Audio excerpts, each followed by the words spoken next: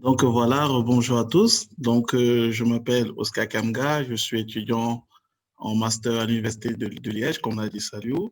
Aujourd'hui, on va revoir dans les prérequis pour entrer en quatrième. Donc déjà, n'oubliez pas que l'étude, c'est la clé du succès. Euh,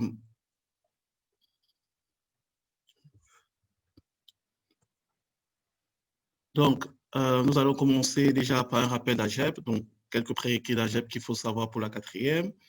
Ensuite, nous allons voir le rappel sur la trigonométrie et la géométrie, donc tout ce qui concerne le théorème de Pythagore et la relation des sinus et des angles remarquables. Et enfin, nous allons terminer par des questions. Dans un premier temps, on va voir déjà les ensembles de nombres. Donc, c'est très important déjà de maîtriser ces ensembles de nombres parce que c'est grâce à ça, bien évidemment, que vous savez les concepts de base de l'algèbre. Donc, sans plus tarder, nous allons commencer par l'ensemble N, ici, dans l'ensemble des nombres naturels, qui est l'ensemble que vous avez vu depuis la classe de primaire, donc qui contient les nombres 0, 1, 2, 3, 4, 5, 6, 7, 8, 9, ainsi de suite. Ensuite, nous avons donc l'ensemble Z, qui est cette patate-ci, dans l'ensemble Z qui contient, donc, en plus des nombres naturels, mais aussi des entiers négatifs, donc qui est moins 1, moins 2, moins 3, ainsi de suite. Après l'ensemble Z, nous avons l'ensemble des nombres décimaux, donc c'est notre grand D, dans l'ensemble des nombres décimaux, qui contient en plus des nombres naturels et des nombres entiers, mais aussi des nombres avec une partie décimale non nulle. Donc n'oubliez pas, tout nombre entier est un nombre décimal. Donc, puisque tout nombre entier peut s'écrire comme, par exemple, 2 c'est 2,0. Donc, tout nombre entier est un nombre décimal. Ensuite, donc, après l'ensemble des nombres décimaux, nous avons l'ensemble des nombres rationnels, qui est l'ensemble Q, ici, donc qui est le quotient, donc le quotient de deux entiers.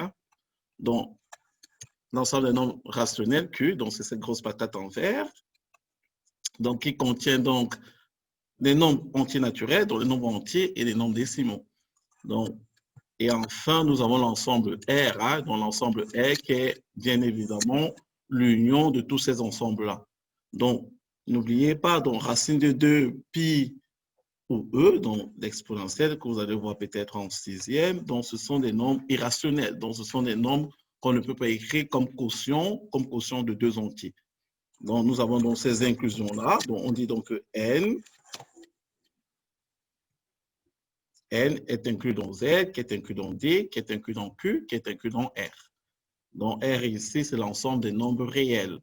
Donc, l'ensemble des nombres réels contient des rationnels et des irrationnels. Donc, racine de 2 est un nombre irrationnel, donc puisqu'on ne peut pas l'écrire sous la forme d'un quotient de deux entiers.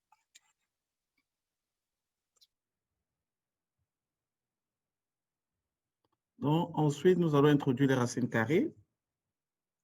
Je vais juste un peu remplir, voilà. Hop, là, c'est bon. Donc, nous allons introduire les racines carrées. Donc, la notion de racine carrée ici, c'est uniquement du point de vue d'algèbre. Donc, ici, on ne s'intéresse pas, on ne voit pas les racines carrées du point de vue d'une fonction, donc du point de vue d'analyse. Donc, les racines carrées, dans un premier temps, c'est le nombre donc noté avec le radical, ce fameux V, un certain V un peu penché, donc racine de A. Donc, c'est le nombre tel que racine de A à l'auto carré te donne A. Donc, autrement dit, donc, la racine carrée d'un nombre, c'est le nombre tel que qu'on élève au carré, on trouve ce nombre-là. Autrement dit, par exemple, la racine carrée de 4, alors la racine carrée de 4, c'est 2, parce que 2 au carré est égal à 4.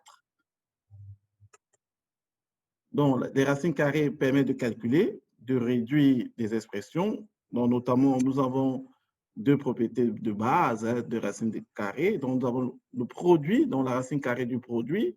Donc, racine de A fois B, c'est égal à racine de A fois racine de B. Donc, autrement dit, la racine carrée d'un produit, c'est le produit des racines carrées. De même, la racine carrée d'un quotient, c'est donc la racine de A sur B, donc c'est la racine de A sur la racine de B. Donc, la racine carrée d'un quotient est un quotient, donc c'est le quotient des racines carrées. Les racines carrées nous permettent également donc, de résoudre des équations du type x carré égale A. Donc, ici, A est positif. Donc, Et si x est positif, alors x est égal à la racine de a. Donc, bien noter que la fonction racine carrée, donc la racine carrée d'un nombre, n'est définie que sur des entiers positifs. Autrement dit, on ne sait pas calculer la racine carrée d'un nombre négatif. Ça n'existe pas. Par exemple, la racine de moins 1, ça n'existe pas. Donc, pour calculer la racine carrée d'un nombre, il faut absolument, donc impérativement, que ce nombre soit positif. Donc, dans le théorème de Pythagore aussi très utile, donc nous savons que le théorème de Pythagore dans un triangle rectangle stipule que le carré de la longueur de l'hypoténuse est égal à la somme des carrés des deux autres côtés. Autrement dit, pour trouver un côté, on fait la racine carrée de la somme des carrés des deux autres côtés. Puisqu'une distance est toujours positive, donc on ne prend que la racine positive. Donc, x carré égale à a ici, signifie que x peut être égal à plus ou moins racine de a. Mais si x est positif, alors on ne prend que la partie positive. Donc ici, x n'est égal uniquement à racine de a. Donc de même, on peut calculer donc des racines carrées de nombres parfaits, hein, donc des carrés parfaits que vous connaissez, donc 4, 16, 36, 9, 144, 64, etc. Donc racine carrée de 81, c'est 9, parce que 9 au carré est égal à 81. Racine carrée de 144, c'est 12, parce que 12 au carré est égal à 144. Donc, les racines carrées aussi des nombres donc, qui ne sont pas des carrés parfaits, alors sont approchés. Par exemple, si vous appuyez sur une calculette racine de 3, alors ça vous donne 1,73, 20, 50, 80, etc. Donc, plein de virgules. Donc, le nombre de virgules ici est infini parce que ce sont des nombres irrationnels. Donc, les nombres irrationnels ont une partie décimale infinie, tandis que les nombres rationnels ont une partie décimale finie. Donc, ici aussi, comme exemple, par exemple, si on veut calculer la racine de 15, sorry.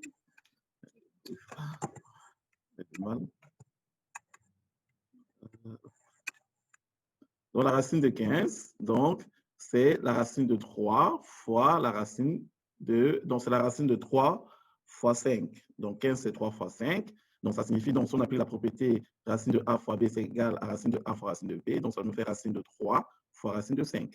De même, la racine d'un quotient, c'est le quotient des racines. Donc, racine de 7 sur 9, c'est racine de 7 sur la racine de 9. Donc, c'est la racine de 7 sur 3, puisque 3 au carré donne 9. Donc, la racine de 9, c'est 3.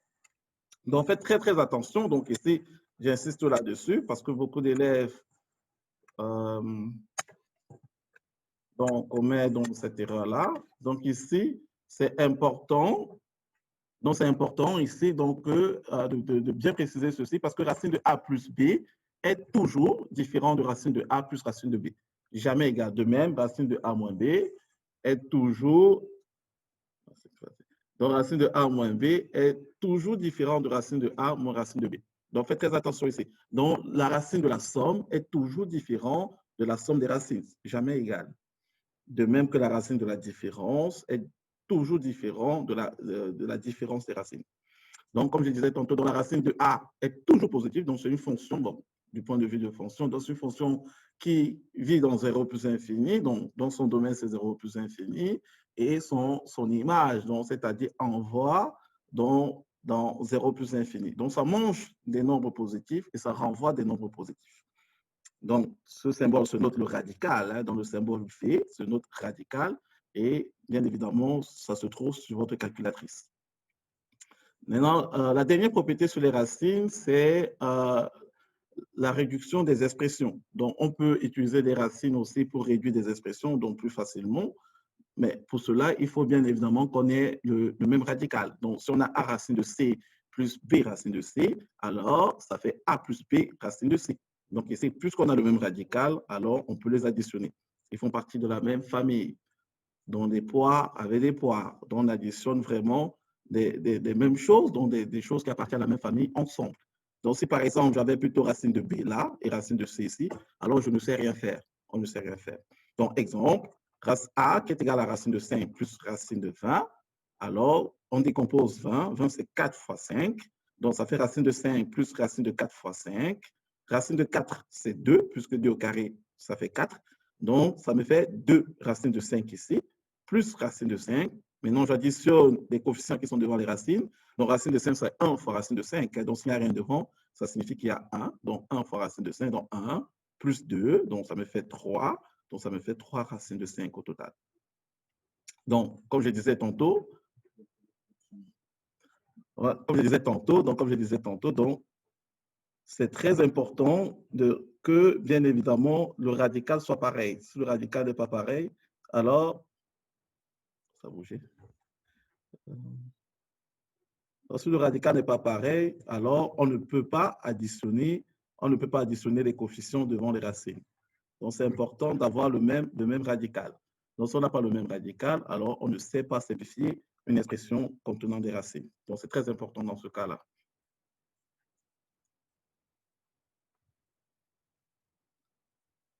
Donc, après les racines, on va passer aux inéquations du premier degré.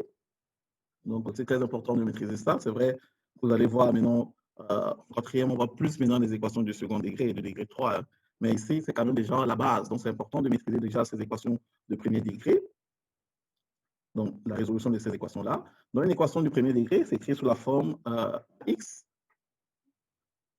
Donc, c'est écrit sous la forme ax plus b égale c. Donc, une équation sous la forme de premier degré, c'est écrit sous cette forme-là. Donc, ax plus b égale c. Donc, dans ce cas-là, vous trouvez x, donc l'inconnu qu'on cherche. Alors, on renvoie le b de ce côté, ça change de signe. Donc, ça fait c moins b. Ensuite, on divise par le coefficient a qui multiplie x. Donc, x est égal à c moins b sur a. Donc, l'ensemble solution S, donc c'est C moins B sur A. Donc, toute équation du premier degré se met toujours sous cette forme-ci. Donc, souvent, on vous donne des équations un peu très longues, mais on peut toujours se ramener à cette forme-ci. Donc, on peut toujours transformer ces expressions plus longues hein, pour obtenir cette forme la plus générale. Donc, AX plus B égale C. Dans les inéquations, par contre, si on a AX plus B inférieur ou égal à C, bon, c'est vrai aussi, je pouvais mettre strictement inférieur, donc j'ai fait qu'un seul cas, mais le cas strictement inférieur, c'est pareil, hein, donc c'est juste au niveau de l'inégalité que ça change. Donc, très important aussi dans une équation du premier degré, il faut absolument que A soit différent de 0. Si A n'est pas différent de 0, alors on n'a pas une équation du premier degré. Donc, c'est très important déjà d'avoir ce A donc différent de 0. Si A n'est pas différent de 0, alors on n'a pas une équation du premier degré. On ne sait pas diviser, donc on ne sait pas diviser ici par A.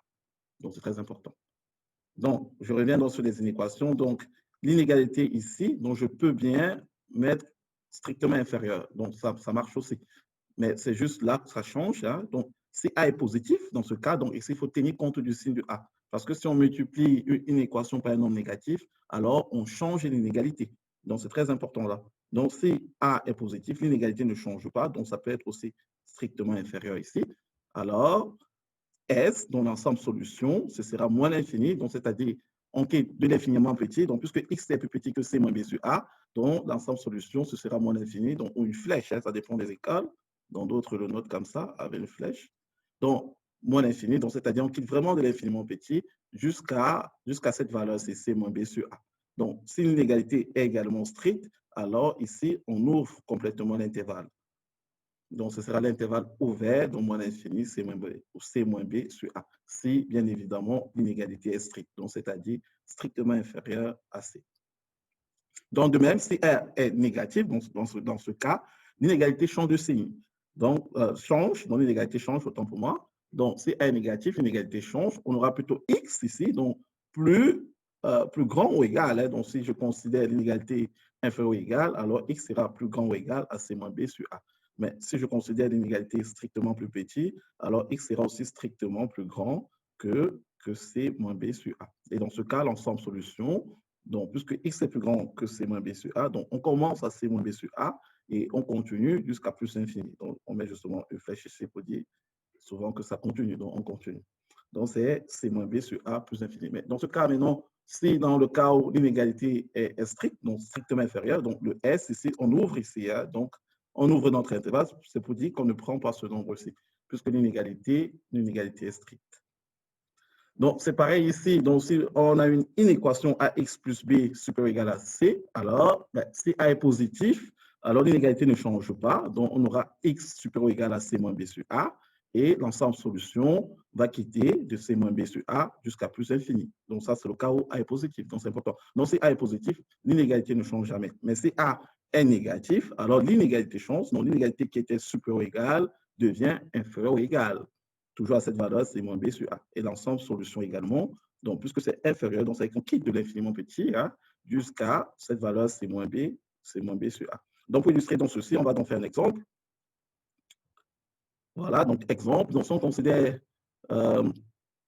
notre première équation, 3x plus 1 égale 2, c'est 3x plus 1 égale 2, alors le 1, je le renvoie de ce côté, ça me fait 2 moins 1, et je peux diviser ici par 3, puisque j'ai 3x ici, donc je divise par 3 pour obtenir mon x. Donc x ici serait égal à 2 moins 1 sur 3, donc c'est-à-dire x est égal à 1 tiers. Donc mon ensemble solution ici, S, ce sera donc le singleton, hein, donc on appelle ça singleton, donc deux accolades avec un nombre à l'intérieur, donc le singleton, 1 tiers.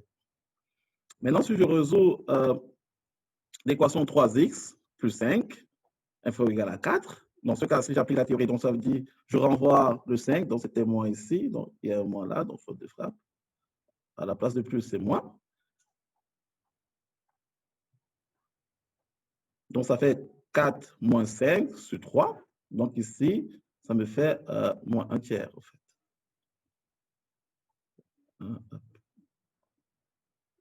Donc ça me fait moins 1 tiers. Donc x sera plus petit que moins 1 tiers. Donc si x est plus petit que moins 1 tiers, alors l'ensemble solution S, c'est moins l'infini jusqu'à moins 1 tiers. Si donc je suis à au dernier exemple, donc si on a notre équation 5x plus 4 supérieur ou égal à 4, alors la valeur de x ici, bon, puisqu'on a 5x plus 4, donc x ici sera, bon, si c'est moins, autant pour moi, j'ai oublié un moins là devant, donc c'est moins 5x plus 4 supérieur ou égal à 4, alors x, l'inégalité change, hein, puisque le coefficient a ici devant est négatif, puisque a est négatif, alors l'inégalité va changer. Donc, on aura 4 moins 4, donc le 4 qui est ici traverse de ce côté, ça change de signe, et on divise par moins 5, donc ça change d'inégalité. Donc, l'inégalité qui était supérieure ou égale devient inférieure ou égale. Puisque 4 moins 4, ça fait 0, donc 0 divisé par moins 5, ça fait 0. Donc, l'ensemble solution ici, S, puisque x est plus petit que 0, donc inférieur ou égal à 0, donc on quitte de moins l'infini jusqu'à 0. Continuer.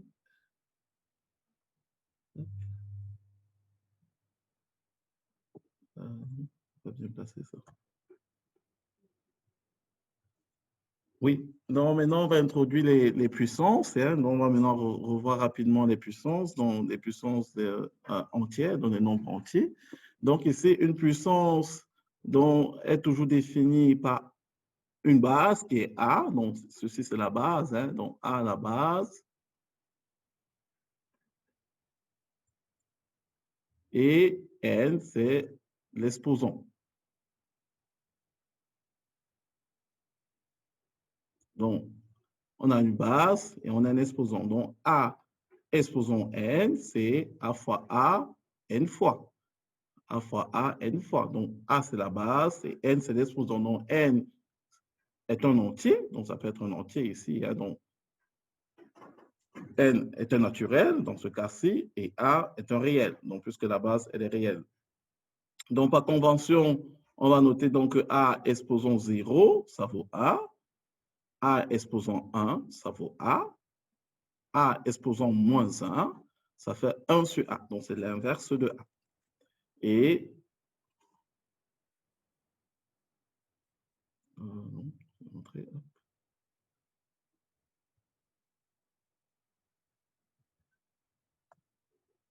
donc, et A exposant moins N, c'est 1 sur A exposant N. Donc, pour N qui est un naturel. Donc, ici, exemple, on a 3 exposant 0. Donc, 3 exposant 0, c'est 1. 3 exposant 1, c'est 3. Donc, 3 exposant moins 1, c'est 1 tiers. Et 3 exposant moins 2, c'est 1 sur 3 exposant 2 qui est égal à 1 neuvième. Donc, nous avons également des propriétés basiques des puissances, dont A puissance N, dont le produit de deux puissances de même base. Hein. Donc, pour faire le produit de deux puissances de même base, qu'est-ce qu'on fait? On conserve la base et on additionne les exposants. Donc, A exposant N fois A exposant P, c'est A exposant N plus P. De même, la puissance d'une puissance, donc pour faire la puissance d'une puissance, qu'est-ce qu'on fait? On conserve la base et on multiplie les exposants. Donc, A exposant N exposant P, c'est A exposant N fois P. De même, si on a un quotient, hein, donc si on a le quotient de 2 puissances ici, dans le rapport de 2 puissances, si on a le rapport de 2 puissances ici, donc A exposant N sur A exposant P, alors on conserve la base qui est A ici, puisque c'est de même base. Donc, on conserve la base et on fait la soustraction des exposants. Donc, c'est N moins P. Donc, on conserve la base et on fait la soustraction des exposants, N moins P. Donc, comme exemple, donc pour le produit de puissance de même base, donc si on a 2 exposant 3 fois 2 exposant 4, alors on conserve la base qui est 2 ici et on additionne les exposants 3 plus 4, donc ça me fait 7. Donc, A ici est égal à 2 exposant 7. Donc, la puissance d'une puissance, si on a 2 exposant 3 exposant 4, alors ça fait 2, on conserve la base et on multiplie les exposants, donc 3 fois 4. Donc 3 fois 4, ça fait 12. Donc D est égal à 2 exposant 12. Enfin, si on a le quotient de 2 puissances, donc 2 exposant 3 sur 2 exposant 7, alors on conserve la base hein, et on soustrait les exposants. Donc 3 moins 7 ici, donc ça fait moins 4. Or, on sait que A la puissance, moins n, c'est A la puissance moins n, c'est 1 sur A la puissance n. Donc ici, 2 puissance moins 4, c'est égal à 1 sur 2 exposant 4. Donc, qui est égal à 1 16e, puisque 2 exposant 4, c'est 1 16e. Maintenant, si dans le produit, la puissance du produit, donc la puissance d'un produit, ici, donc la puissance d'un produit, c'est égal au produit des puissances. Autrement dit, si on a A fois B exposant N, alors c'est A exposant N fois B exposant N. Donc, comme exemple, si on a 5 fois 3 exposant 2, ça fait 5 exposant 2 fois 3 exposant 2. Donc, 5 exposant 2, c'est 25. 3 exposant 2, c'est 9. Donc, 25 fois 9, ça fait 225. De même, on peut aussi utiliser notre propriété dans l'autre sens. Donc, on peut utiliser notre propriété dans l'autre sens. Si, par exemple, on a 5 exposant 5 fois 2 exposant 5, 5 exposant 5, forcément, on ne sait pas ce que ça fait. Alors, qu'est-ce qu'on fait? Puisqu'ils ont le même exposant ici, alors, on multiplie les deux bases hein, et on conserve l'exposant. Donc, on fait 5 fois 2, exposant 5. 5 fois 2, ça fait 10. Donc, 10. L'exposant, c'est 5. Donc, ça fait 10 exposant 5. 10 exposant 5, ça fait 100 000. Maintenant, notre dernière propriété, c'est le quotient. Donc, ici, c'est la puissance d'un quotient. Donc, la puissance d'un quotient, c'est le quotient des puissances. Donc, A sur B exposant N, c'est A exposant N sur B exposant N. Donc, si on a, par exemple, si on a 2 sur 3, donc 2 tiers exposant 2, c'est 2 exposant 2 sur 3 exposant 2. Donc, 2 exposant 2, ça fait 4. 3 exposant 2, ça fait 9. Donc, ça nous fait 4 neuvièmes. Si, mais par contre, on a donc le quotient d'une puissance négative ici maintenant, donc si on a le quotient d'une puissance négative, alors on prend l'inverse, bien évidemment, de notre quotient et l'exposant devient positif. Donc, autrement dit, A sur B exposant moins N, c'est B sur A exposant N. Donc, on a pris le quotient, l'inverse du quotient, et on a changé le signe de notre puissance. Donc, A sur B exposant moins N, c'est B sur A exposant N, qui est égal à B exposant N, puisque on revient à cette propriété-ci, puisque le quotient, donc puisque la puissance du quotient, c'est le quotient des puissances. Donc, autrement dit, B sur A exposant N, c'est B exposant N fois sur A exposant N. Attends. Donc, pour les puissances, alors, c'est pratiquement tout. Donc, c'est vraiment tout ce qu'il faut savoir. Donc, ce sont vraiment des prérequis de base très importants pour la classe de quatrième. Donc, comme exemple ici, pour le rapport d'une puissance négative ici, donc 10 sur 3 exposant moins 2. Alors, j'inverse ici mon rapport, hein, donc j'inverse mon rapport 10 tiers ici, qui devient 3 dixièmes, donc 3 dixièmes, et je change le signe de mon exposant. Mon exposant qui était moins 2 devient 2. Donc, puisque la puissance d'un rapport, bon, sur le rapport des puissances, donc 3 dixièmes exposant 2, c'est 3 exposant 2 sur 10 exposant 2. 3 exposant 2, ça fait 9. 10 exposant 2, ça fait 100. Donc, 9 sur 100, ça fait 0,09. On va maintenant entrer dans une nouvelle matière. Bon, les polynômes. On va commencer les polynômes ici. Donc, un polynôme, donc je donne la définition générale d'un polynôme ici. Donc, un polynôme, c'est un polynôme P de x, donc c'est quelque chose qui a pour expression dans ceci, donc quelque chose qui s'écrit sous cette forme-ci. Donc, c'est-à-dire A0, A1x plus A2x carré plus A3 x cube plus point, point, point, donc c'est-à-dire A4 x4, A5 x5, ainsi de suite, jusqu'à AN, hein, AN x puissance n. Donc, ici, les A0, A1, A2, A3, A4, A5, ainsi de suite, jusqu'à AN sont des réels, ce sont des nombres. X ici, c'est un inconnu, donc c'est une variable ici, et N ici, c'est un nombre naturel, donc qui est un exposant, donc c'est un nombre naturel. Donc ici, A0, A1x, A2x carré, A3x cube, ce sont les monomes, on les appelle des monomes. Donc ceci, donc A0, A1, A2, A3, donc A1x, A2x carré, A3x cube, ANxn représentent des monomes, ce sont des monomes. Donc, un monome est composé d'une variable, d'un exposant et d'un coefficient.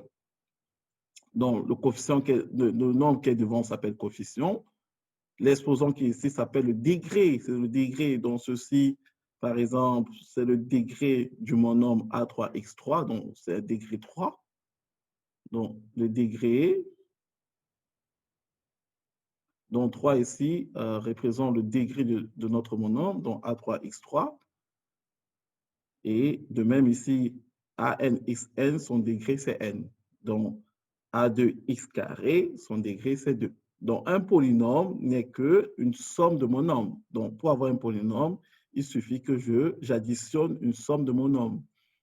Donc, un monome, n'oubliez pas, c'est quelque chose qui s'écrit sous la forme un coefficient, une variable, exposant n. Donc, n'oubliez pas ici que A1x, ça signifie A1x puissance 1. Donc, ça veut dire que l'exposant ici, c'est A.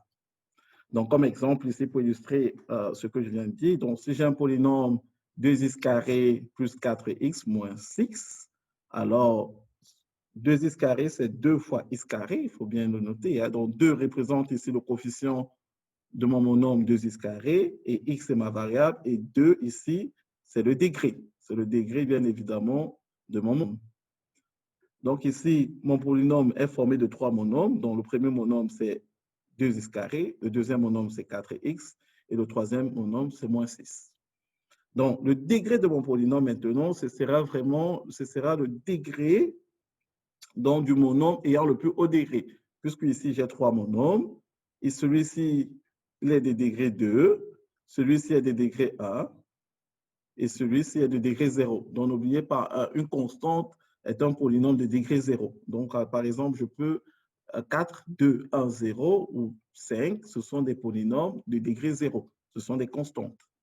Donc, moins 6 ici est un polynôme de degré 0. Donc, le degré de mon polynôme, ce sera le monôme ayant le plus haut degré. Donc, ici, le monôme ayant le plus haut degré parmi ces 3 monômes-ci, c'est celui-ci dont le degré de mon polynôme, c'est 2. Donc, voilà, nous avons une partie littérale ici, donc x carré qu'on appelle partie littérale. Donc x, lui, c'est la variable, c'est l'inconnu, et x carré représente vraiment la partie littérale. Donc 2, c'est le coefficient, et ça peut être n'importe quel réel ici. Donc n'importe quel nombre qui est ici dedans, ça peut être racine de 2, pi, ça peut être n'importe quoi, ça s'appelle le coefficient. Donc tout ce qui se place devant x s'appelle le coefficient.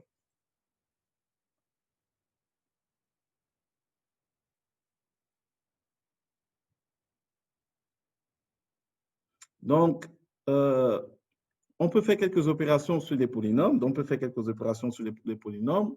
Donc, la première opération que nous pouvons faire ici, c'est l'addition, donc la somme de deux polynômes. Donc, additionner deux polynômes, qu'est-ce qu'on fait? Donc, pour additionner deux polynômes, on additionne les coefficients des mêmes parties littérales. Donc, par exemple, ici, nous avons des constantes A0, on a des constantes A0, B0, donc on additionne A0 et B0, donc on additionne les constantes A0 et B0, donc A0 s'additionne avec B0, A1 s'additionne avec B1, A2 s'additionne avec B2, ainsi de suite, A3 s'additionne avec B3 et AN s'additionne avec BN.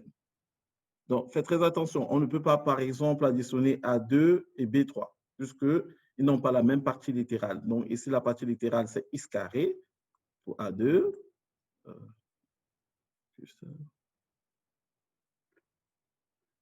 Donc, la partie littérale sur R2, ici, c'est x carré, et la partie littérale sur B3, c'est x au cube. Donc, on ne peut pas additionner ces deux monomes-ci. Donc, additionner les monomes, il faut absolument qu'ils ont la même partie littérale. Donc, comme exemple, si on a notre premier polynôme ici que j'appelle P de x, notre deuxième polynôme ici qu'on appelle Q de x, alors P de x plus Q de x, alors on additionne uniquement les monomes ayant la même partie littérale. Donc ici, x au cube, j'ai un x au cube ici. Alors je regarde dans mon deuxième polynôme, est-ce que j'ai un x au cube? Si, j'ai un x au cube ici. Donc j'additionne donc x au cube moins 3x au cube. Donc plus moins 3x au cube. Donc ça me fait, donc le coefficient devant x au cube ici, c'est 1. Donc ça me fait 1 plus moins 3. 1 plus moins 3, ça me fait moins 2. Donc, ça veut dire que mon premier coefficient pour x au cube, ça me fait moins 2 x au cube. Donc, de même, ici, j'ai moins 5x. Je regarde ici dans mon deuxième polynôme, est-ce que j'ai la même partie littérale? Oui. J'ai aussi des x ici. Donc, j'additionne dans les coefficients. Donc, le coefficient, c'est toujours le nombre qui est devant ma partie littérale. Ici, c'est moins 5. Donc, toujours prendre le nombre avec son signe. Donc, moins 5 plus 1. Donc, s'il n'y a rien ici devant, c'est 1. Donc, faites très attention. Donc, s'il n'y a rien devant le x, c'est toujours 1. Donc, 1. Donc, moins 5 plus 1, ça me fait moins 4. Donc, ça va me faire moins 4 ici. Donc, moins 4x. Oh, c'est n'importe quoi. J'ai un peu gâté mon 4, c'est pas grave. Donc, ça me fait moins 4x. Et enfin, j'ai mon terme constant, donc celui qui ne porte pas de x, qui est 9 plus 9. Ici, je n'ai pas de terme constant, donc il n'y a rien, donc c'est 0. S'il n'y a rien, c'est 0. Donc, autrement dit, j'aurai plus 9 plus 0. Donc, plus 9 plus 0, ça me fait plus 9. Donc, la somme des deux polynômes, c'est le polynôme moins 2x au cube, moins 4x plus 9.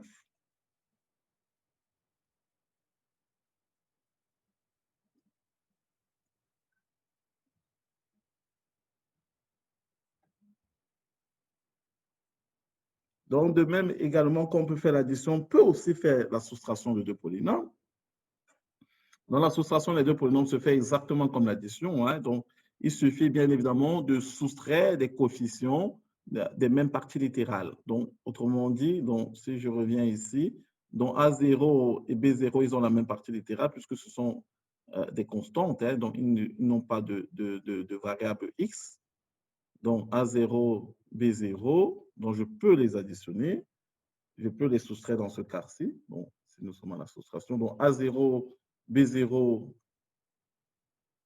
donc A0, B0, on peut les soustraire. A1, B1, on peut les soustraire. A2, B2, on peut les soustraire. A3, B3, on peut les soustraire. Et enfin, AN, BN, on peut les soustraire. Parce qu'ils ont la même, n'oubliez pas, ils ont la même partie littérale, donc la même expression littérale. S'ils ont la même expression littérale, alors si je fais la soustraction des deux polynômes, alors je peux les soustraire. Donc ici, à la place de plus, on va mettre moins. Donc on fait plutôt la soustraction et non l'addition. Donc si je mets moins, donc c'est un moins. Donc si je fais la soustraction des deux polynômes, donc je fais donc coefficient par coefficient des mêmes expressions littérales. Donc ici, j'ai x au cube. Là, j'ai moins 3x au cube, donc je fais la soustraction des coefficients. Ici, j'ai 1, et ici, j'ai moins 3, donc ça me fait 1 moins 3. Donc 1 moins 3 dans la règle des signes successifs. Donc moins fois moins, donc moins et moins, ça fait plus. Donc ça me fait 1 plus 3, donc ça me fait 4. Donc ici, j'aurai 4x au cube. Donc de même, je prends le terme, l'expression, la partie littérale en x. Hein, donc ici, j'ai moins 5x. Là, j'ai x. Donc les coefficients ici, c'est moins 5 et 1. Donc, je fais la soustraction des coefficients. Donc, du premier coefficient d'abord, donc ça fait moins 5, moins 1. Donc, moins 5, moins 1, ça me fait moins 6. Donc, ça fait moins 6x. Et j'ai plus 9 moins 0, puisqu'ici, il n'y a pas de terme constant. Donc, plus 9 moins 0, ça me fait plus 9. Donc, ici, la soustraction de ces deux polynômes-ci, c'est moins 4x au cube, moins 6x, plus 9. Donc, maintenant, on va voir la multiplication de deux polynômes. Donc, pour multiplier deux polynômes, donc si j'ai un polynôme p de x qui s'écrit sous cette forme-ci, a0 plus a1x plus a2x carré, donc plus a3x cube plus point, point, point, anxn, et q de x qui s'écrit sous la forme b0 plus b1x plus b2x carré plus b3x cube plus point, point, point, bnxn. Alors, multiplier ces deux polynômes consiste à faire une distribution de chaque constant, donc une distribution de l'addition par rapport à la multiplication. Donc, autrement dit, on va faire ici une multi-distribuée. Donc, je prends mon coefficient d'abord à 0, je multiplie par B0, je prends A0, je multiplie par B1x, je prends A0, je multiplie par B2x carré, je prends A0, je multiplie par B3x cube, je prends A0, je multiplie par Bnxn, je fais plus A1x que je multiplie par B0, A1x que je multiplie par B1x, ainsi de suite, jusqu'à Bnxn. Ensuite, je passe à l'autre coefficient, ainsi de suite. Donc, multiplier deux polynômes, c'est uniquement faire la distribuée que vous avez l'habitude de faire lorsque vous faites des expressions littérales. Donc ici, n'oubliez pas, les polynômes sont aussi des expressions littérales. Donc, dans l'exemple, si je dois multiplier, donc je vais juste effacer ici. Donc, ici, ce sera un point. Donc, c'est une multiplication que je fais. Donc, si je dois multiplier ici ces deux polynômes-ci, alors, je multiplie, je fais une distribuée. Hein. Donc, ici, ce sera une triple distribuée puisque je 3, donc, composant. Donc, je prends x cube que je multiplie par x. Donc, ça me fait x4. Je prends x cube que je multiplie par moins 3x cube. Hein, donc, ça me fait moins 3x6. Donc, n'oubliez pas, donc, les puissances de même base, hein, on additionne les exposants. Donc, ça me fait moins 3 x puissance 6. De même, je prends moins 5x que je multiplie par là. Donc, moins 5x fois x, ça me fait moins 5x carré. Moins 5x fois moins 3x cube. Donc, ça me fait plus. Donc, moins 3 fois moins 5, ça me fait plus 15. Et x fois x cube, ça me fait x4. Donc, ça me fait plus 15x4. Enfin, je prends donc 9 que je multiplie par x. Ensuite, je prends 9 que je multiplie par moins 3x cube. Donc, ça fait 9 fois x ici. Donc, 9 fois x, ça me fait plus 9x. Et 9 fois moins 3x cube, donc 9 fois moins 3, donc ça me fait moins 27. Et x cube fois 1, bah, ça fait x cube. Donc maintenant, il faut ordonner mon polynôme. Donc je prends d'abord les monomes les plus haut degré. Donc j'ai x plus x6, donc je prends d'abord celui-ci. Donc ça me fait moins 3x puissance 6. Ensuite, je passe au deuxième monome le plus haut degré, donc c'est x4. Donc j'ai x4 ici, j'ai un 15x4 ici. Donc j'additionne les deux monomes puisqu'ils ont la même partie littérale. Donc ici 1 plus 15, ça me fait 16. Donc, j'ai 16x puissance 4, donc x exposant 4. Ensuite, je passe au x cube, donc j'ai un seul terme en x cube, qui est celui-ci. Donc, moins 27x cube. Hein. Donc, ça, c'est mon seul terme en x cube. Donc, je le réécris. Maintenant, les termes en x carré, j'ai qu'un seul terme en x carré, donc c'est moins 5x carré, donc je le réécris ici. Les termes en x, il n'y en a pas. Si, il y en a, donc c'est plus 9x. Et enfin, le terme constant, là, il n'y en a pas. Donc ici, le produit de ces deux polynômes-ci, donc si ceci c'est mon polynôme P de x et ceci c'est mon polynôme Q de x, alors le produit de ces deux polynômes me donne moins 3x puissance 6 plus 16x puissance 4 moins 27x cube moins 5x carré plus 9x.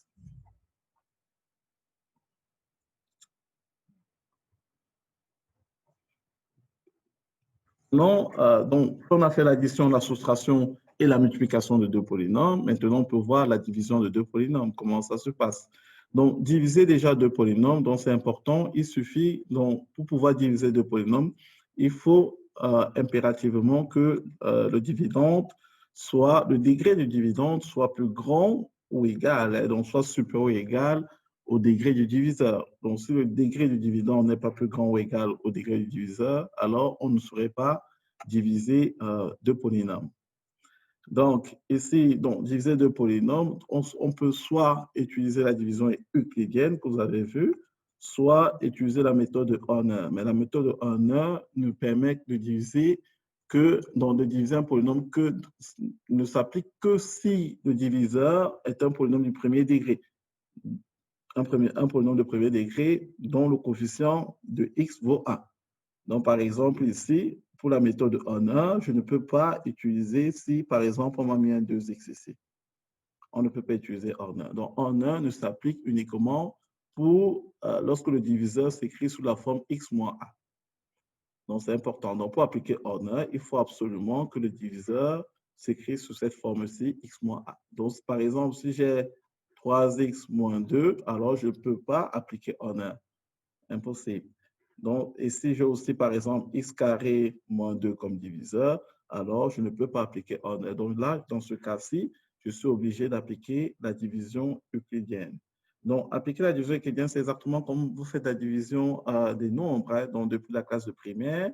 Donc, si on a un polynôme 4x cube moins 7x carré moins 11x moins 2 que je divise par x moins 3. Donc, déjà, si je divise un polynôme de degré 3, donc le degré de ce polynôme, c'est 3, parce que le monôme ayant le degré le plus grand, donc le maximal, c'est celui-ci.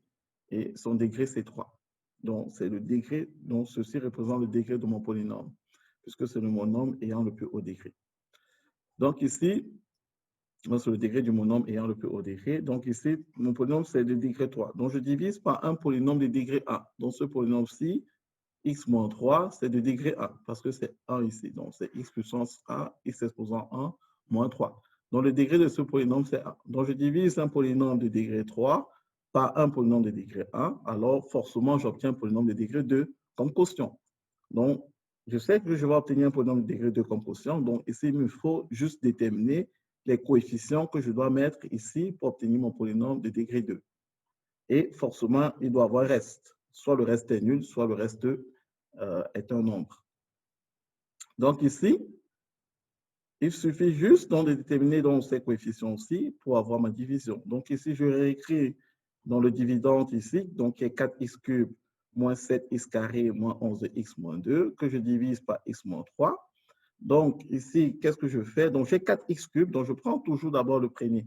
Donc le premier terme du dividende ici, dans le premier terme en commençant vers la gauche, donc c'est 4x cube.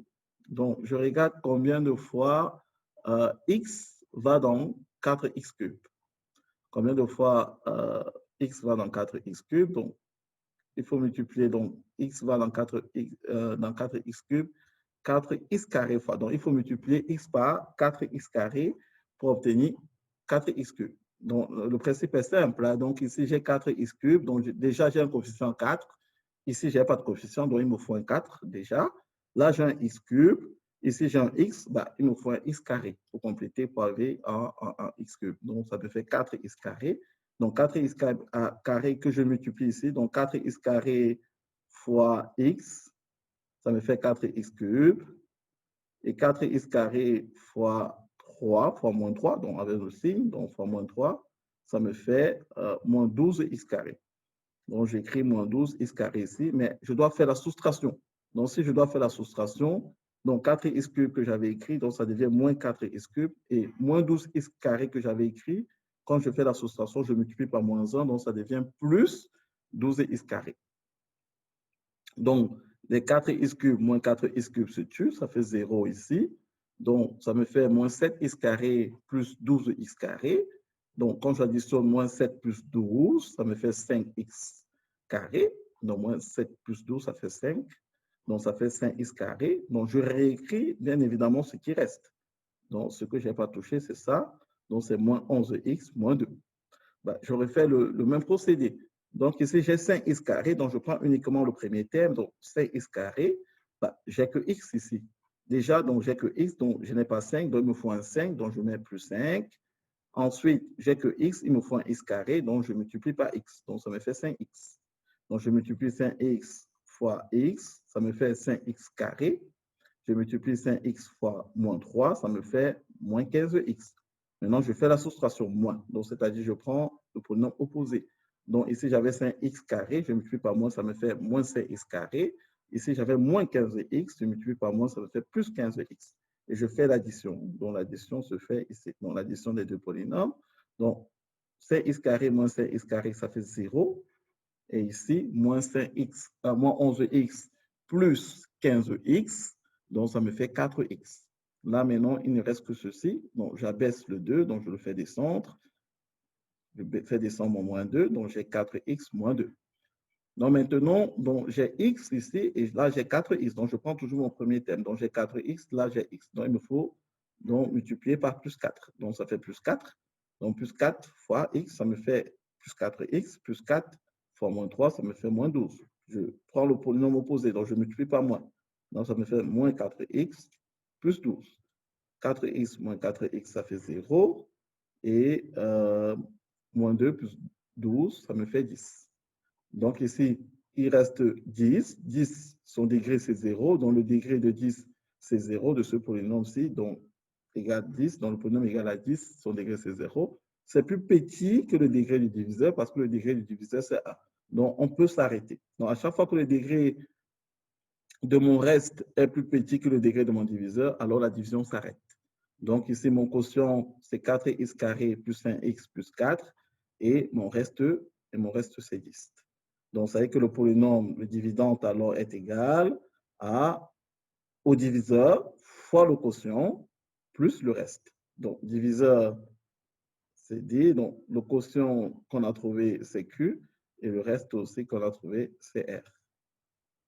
Donc, la méthode de OR aussi permet d'obtenir ce résultat très facilement. Donc, plus facile.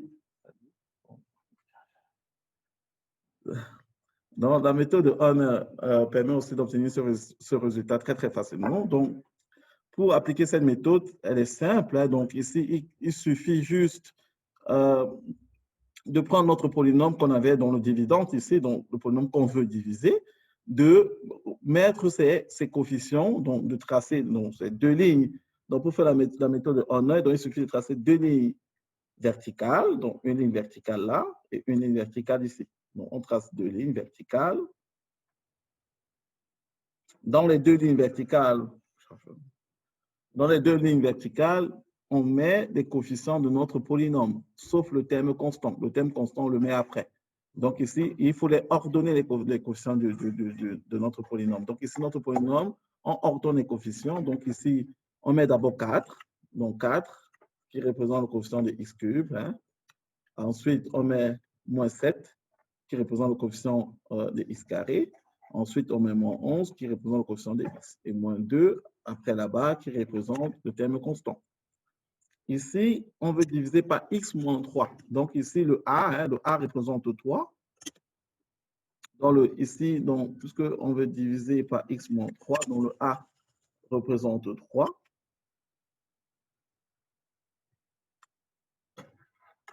Donc, on met le A ici. Donc, le A ici qui est 3, donc on le met ici. Donc, par exemple, si on divisait par x plus 3, le A devait être moins 3 plutôt, à la place de 3. Mais comme on divise par x moins 3, ici, le A c'est 3.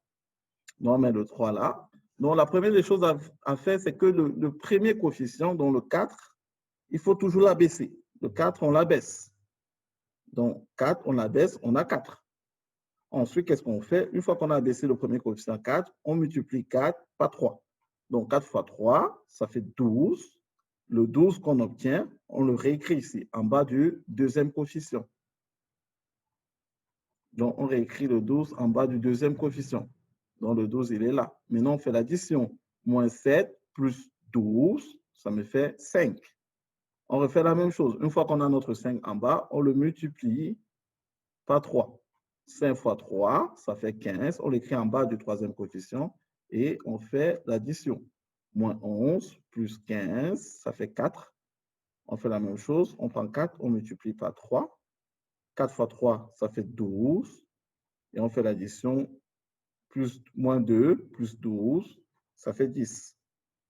Donc ici, les coefficients 4, 5 et 4 représentent les coefficients de x carré, x et le terme constant qu'il faut mettre ici. Donc ici, notre quotient sera donc 5x carré plus 4x. Voilà, 5x carré, donc plus 4x. Et le terme constant, c'est 10, donc plus 10. Donc, la méthode, elle est très facile, hein, donc très facile, mais elle ne s'applique uniquement si le diviseur s'écrit sous la forme x moins a. Très important. Ou x plus a. Mais si c'est x plus a, alors le a que vous mettez ici, c'est l'opposé. Hein, donc, c'est moins 3. Donc, si c'était x plus 3, par exemple, c'était moins 3 que je devais mettre ici. Donc, c'est important. Donc, la méthode en 1 nous permet de diviser des polynômes, donc pas des polynômes de premier degré, dont le coefficient de x vaut 1. Maintenant, on va introduire le théorème de Pythagore, donc un théorème très célèbre, donc très important aussi, surtout en géométrie, donc puisque ce théorème nous permet donc, de pouvoir calculer les distances dans un triangle et souvent aussi nous aide à pouvoir résoudre des problèmes intermédiaires qui liés aux angles, par exemple, dans un triangle. Généralement dans un triangle rectangle. Donc, le plus souvent, les problèmes qui sont liés au triangle rectangle font appel au théorème de Pythagore. Donc, le théorème de Pythagore, il est simple. Donc, il s'énonce clairement comme suit. Si dans un triangle rectangle, donc c'est important, donc très important, mot-clé, si vous n'avez pas un triangle rectangle, alors on ne parle pas de Pythagore. Bon, pour pouvoir parler de Pythagore, il faut absolument, impérativement avoir un triangle rectangle. Donc, le triangle rectangle est un triangle, bien évidemment, qui a un angle droit. Vous savez qu'un triangle ne peut pas avoir deux angles droits, donc sinon, ce n'est plus un triangle. Donc, pour avoir un triangle rectangle, il faut uniquement avoir un angle droit.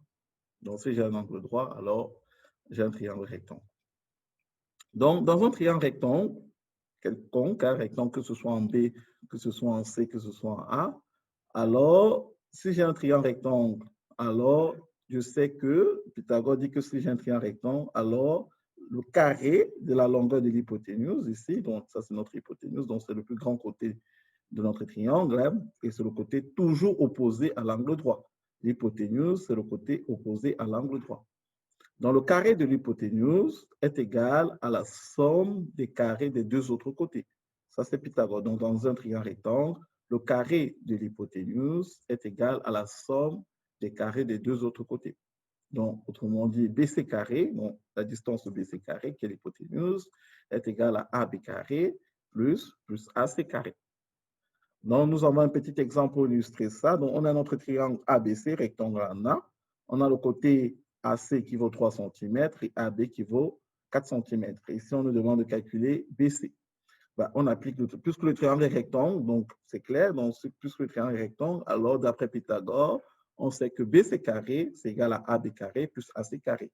Donc, AB, on sait que AB est égal à 4 cm, puisqu'on nous donne, et AC est égal à 3 cm. Donc, BC carré, ça fait 4 au carré plus, donc 4 au carré plus 3 au carré. Donc, ici, 4 au carré, ça fait 16, plus 3 au carré, ça fait 9. Donc, BC carré est égal à 25. Or, nous avons vu les racines. Donc, pour résoudre une équation x carré égale à a, puisque BC est une distance ici, hein, donc on ne peut pas prendre, par exemple, plus ou moins, on ne peut pas prendre moins racine de 25. Ce n'est pas juste parce que BC est une distance. Une distance est toujours positive. Donc, ici, on ne prend que la racine positive. Donc, ça nous fait BC égale à racine de 25. Donc, la racine de 25 qui vaut 5.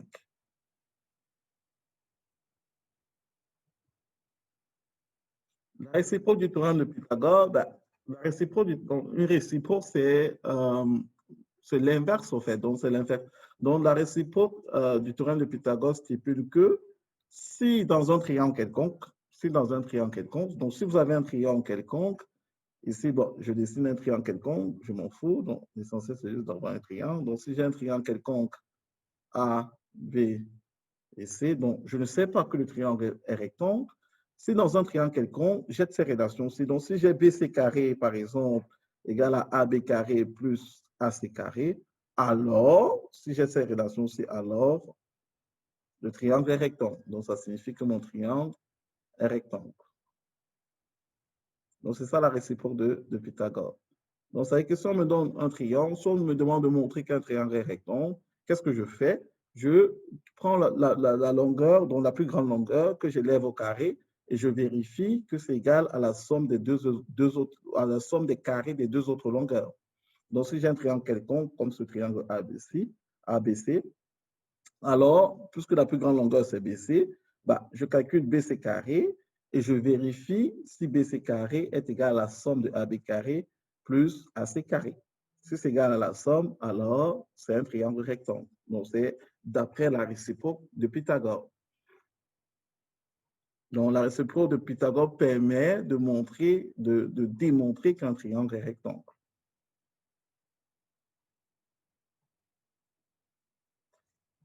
Maintenant, on va introduire les formules de sinus, cosinus et tangente dans un triangle rectangle. Donc ici, les fameuses formules de SOHCAHTOA, donc très important aussi. Donc, ces formules ne s'appliquent, donc j'insiste là aussi dessus, ne s'appliquent uniquement que dans les triangles rectangles. Donc, si j'ai pas un triangle rectangle, ça ne marche pas. Donc ici, lorsque j'ai mon triangle rectangle ici, donc j'ai pris un triangle rectangle en C, donc puisque l'angle droit se trouve en C, alors je prends les angles alpha, qui est l'angle ici en A, et bêta, ici dans ce symbole se note bêta, qui est l'angle en B. Donc ici, le sinus donc, donc SO ici dans SOHCAHTOA, donc SO nous dit quoi? Que le sinus, voilà, SO ici, donc nous dit quoi? Que le sinus, donc S pour sinus, est égal au côté opposé qui renvoie au sur divisé par l'hypoténuse. Donc, H ici, c'est l'hypoténuse. Donc, le côté opposé à l'angle alpha, par exemple, c'est le côté BC. Parce que le côté opposé à l'angle, c'est vraiment le côté en face de l'angle. Donc, ici, alpha, son côté opposé, c'est BC. Tandis que bêta, ici, son côté opposé, c'est AC. Et l'hypoténuse, bien évidemment, sur le côté opposé à l'angle droit. Donc, c'est important. Donc, 4, donc 4 ici, donc, pour cosinus, donc, c'est cosinus est égal au côté adjacent, donc A pour côté adjacent, sur l'hypoténuse. Donc, le côté adjacent à un angle, c'est le côté, bien évidemment, c'est le support, c'est le côté qui est le support de l'angle. Donc, c'est-à-dire l'angle s'appuie dessus. Donc, hormis l'hypoténuse. Donc, par exemple, ici pour bêta, le côté adjacent à bêta ici, c'est bien évidemment le côté BC. Donc, le côté BC, c'est le côté adjacent à l'angle bêta. Donc, le côté adjacent à l'angle alpha ici, c'est le côté AC. Donc, c'est vraiment où l'angle, donc c'est un des côtés, donc un des supports de l'angle, hormis bien évidemment l'hypoténuse. Donc, puisqu'on ne peut pas prendre l'hypoténuse. Donc, le côté adjacent, c'est le côté, un des supports de l'angle, donc un des côtés supports de l'angle qui n'est pas l'hypoténuse. Donc, la tangente, par contre, ici, dans la tangente se définit comme le sinus sur le cosinus. Donc, la tangente, c'est le sinus sur le cosinus. Donc, sinus sur cosinus, ça fait opposé c'est hypoténuse divisé par adjacent c'est hypoténuse. Ben, la division de deux fractions, on conserve la première fraction qu'on multiplie. Donc, on conserve la première fraction qu'on multiplie par l'inverse de la seconde. Donc, je multiplie par hypoténuse sur opposé. Ben, les hypoténuses se simplifient. Donc, la tangente est égale donc à opposé sur adjacent. Donc, tangente opposé sur adjacent. Donc, une autre formule aussi, c'est juste dit la tangente, c'est le sinus sur le cosinus. Donc, par contre, ici, donc, si on applique sur les exemples, donc un exemple sur ce triangle ABC, donc rectangle en C, le sinus de alpha, donc c'est le côté opposé à alpha, donc qui est BC, sur l'hypoténuse qui est AB. Le cosinus de alpha, c'est le côté adjacent, donc côté adjacent à alpha, c'est AC, sur l'hypoténuse qui est AB. La tangente de alpha, donc sur le côté opposé à alpha, qui est BC, côté opposé à alpha qui est BC, sur le côté adjacent qui est AC. De même, pour bêta, pour l'angle bêta, le sinus de bêta, c'est le côté opposé à l'angle bêta, donc qui est AC, le côté opposé à l'angle bêta, donc c'est ce côté-là qui est en face de l'angle, donc AC sur l'hypoténuse qui est AB, et cosinus de bêta, c'est le côté adjacent à l'angle bêta, donc c'est BC, sur l'hypoténuse qui est AB. La tangente de bêta, ben, c'est le côté opposé sur le côté adjacent, donc AC sur AB.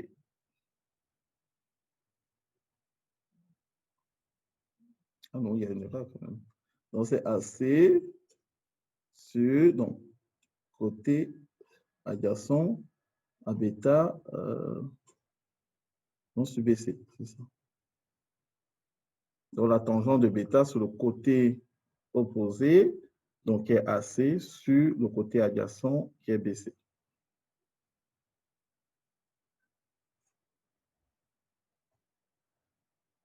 Donc, on va terminer ici par la formule des sinus. Dans la formule de sinus, très, très important aussi en géométrie. Donc, déjà dans un triangle quelconque, nous savons déjà que la somme des mesures ou des amplitudes des angles intérieurs du triangle vaut 180 degrés, donc qui vaut aussi pi radian. Donc, 180 degrés, c'est pi radian, son conversion en radian. Donc, la somme des angles intérieurs, des amplitudes intérieures d'un triangle quelconque, vaut 180 degrés. Donc, ici, on a un angle θ, là, on a un angle phi. Donc, ceci s'appelle phi, ça, c'est l'angle phi, et ça, c'est un angle ρ. Donc, je pourrais aussi dire alpha, bêta, gamma. Mais ici, j'ai pris θ, phi, ρ. Donc, les angles-là, donc la somme de ces angles-là, θ plus phi plus ρ est égale à 180 degrés. Donc, ça, c'est vraiment la relation dans un triangle. Donc, dans un triangle, nous avons toujours ça, un triangle quelconque. Et dans un triangle quelconque également, dont la formule des sinus donc, stipule que donc, si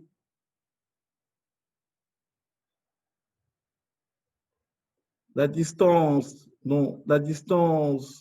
AB sur le sinus de l'angle opposé à AB, donc l'angle opposé à AB ici c'est θ, donc AB sur sinus θ est égal à BC sur sinus ρ, qui est égal aussi à AC sur sinus phi.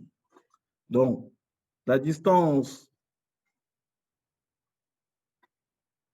d'un côté du triangle sur le sinus de l'angle opposé à ce côté est égale à la distance de l'autre côté sur le sinus opposé à l'autre côté, qui aussi est égal à la distance du dernier côté sur le sinus de l'angle opposé à ce côté-là. Donc ici, on a donc AB, donc la distance AB, donc les deux barres signifient distance, c'est la norme, hein? Donc c'est la distance AB ici, donc c'est égal, donc la distance AB sur le sinus de θ, donc côté opposé à l'angle, donc distance AB sur le sinus de θ, c'est égal à BC, donc à la distance BC sur le sinus de phi, qui est égal à la distance AC, donc sur le sinus de phi. Donc, BC sur le sinus de ρ, donc envers ρ, et AC sur le sinus de phi. Donc ici, on peut aussi inverser la relation. Hein, donc la relation aussi peut s'écrire de deux manières. Donc, que d'écrire comme ça, on peut aussi dire le sinus de θ sur la distance AB est égal au sinus de phi sur la distance AC. Donc, je peux également mettre les sinus au-dessus, qui est égal au sinus de ρ sur la distance BC. Donc, les trois relations aussi nous permettent de calculer les distances ou les angles dans un triangle quelconque. Donc, c'est très important également. Si, par exemple, on connaît un angle si on connaît un angle ou deux angles et un côté, alors on sait trouver les deux autres côtés. De même, si je connais deux côtés et un angle, alors je sais trouver les deux autres angles. Grâce à cette formule-ci et grâce aussi au fait que la somme intérieure des angles intérieurs dans un triangle vaut 180 degrés.